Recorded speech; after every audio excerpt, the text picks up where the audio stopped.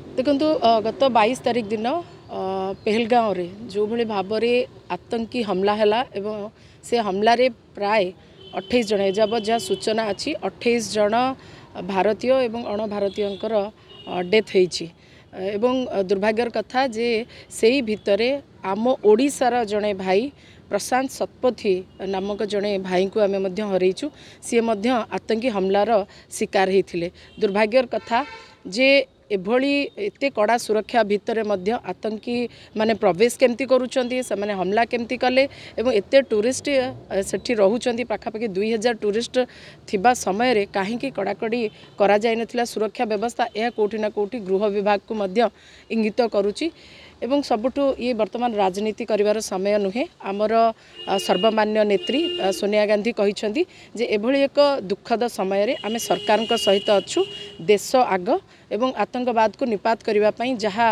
सहयोग करिवार अछि आमे विरोधी दल हिसाब रे मध्य सहयोग करिवु एवं आज ओडिशार भाई प्रशांत शतपथी पई एवं अन्य 27 जनकर जो आतंकी हमला रे डेथ होईची सेमानंक पई आज आमे जिला कांग्रेस खोर्धा जिला कांग्रेस तरफ रु आमे कैंडल शोभा यात्रा करिथिलु एवं अमर आत्मार सद्गति पई महाप्रभु जगन्नाथଙ୍କ पाखरे निवेदन मध्य करथिलु।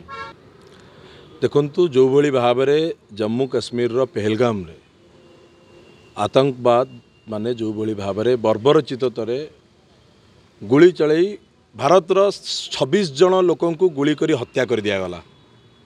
विदेश रु मध्य किछि लोक एठा टूरिस्ट हिसाब रे आसीथिले सेमाने मध्य एथरे मृत्युवरण करिसेंती। आम ओडिशार मध्य जणे भाई ई आतंकवाद आक्रमण रे मृत्युवरण करिसेंती।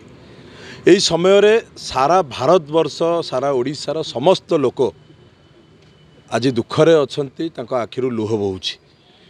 आकु कांग्रेस दल तरफ आमे घोर निंदा करिबा सहित आमर नेता श्री राहुल गांधी को कहिबा हिसाब रे आज कांग्रेस दल यही समय रे भारत सरकार सांगे रे अछि। एहा कोनोसी राजनीति करिवार समय नुहे। आमे समस्ते अपील करूचु भारत सरकार पाखरे नरेंद्र मोदी अमित शाह पाखरे जे जो आतंकवादी माने आमर 26 जन लोकों को गुली करी मर्मम भावे हत्या कले समानंकु तुरंत खोजी मरा जाऊ। पाकिस्तान को दृढ़ जवाब दिया जाऊ।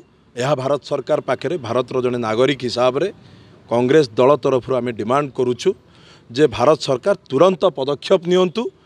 जो परिवार रू लोक मरिछंती से परिवार को न्याय मिलू। जो माने मृत्युवरण करिछंती सेमानंकु न्याय मिलू एवं पाकिस्तान को उचित जवाब दिया जाऊ। जेते जल्दी हम आमर 26 जन मृत्युवरण करिछंती दरकार पड़िले 62 जन को 62 घंटा भितरे भारत सरकार दमन करवा दरकार। आतंकवादी मानंकु खोजी खोजी मारिबा दरकार एवं पाकिस्तान को खास करी भारत सरकार उचित जवाब जदि देबे तले भारतर प्रतिटी नागरिक सुरक्षित मने करिवे न्याय पाइले बोली भाविबे। आमे से लोकों को फेरी पाइबानी जो मानंकु आमे हरई सारिचे। से परिवार प्रति समवेदना जणाइबा सहित प्रभु श्री जगन्नाथ पाखे प्रार्थना करी जे ये जो आतंकवाद आतंकराज चली भारतवर्ष रे यह न रहू। भारत सरकार उचित पदक्षेप नियंतु एवं आतंकवाद दमन हो।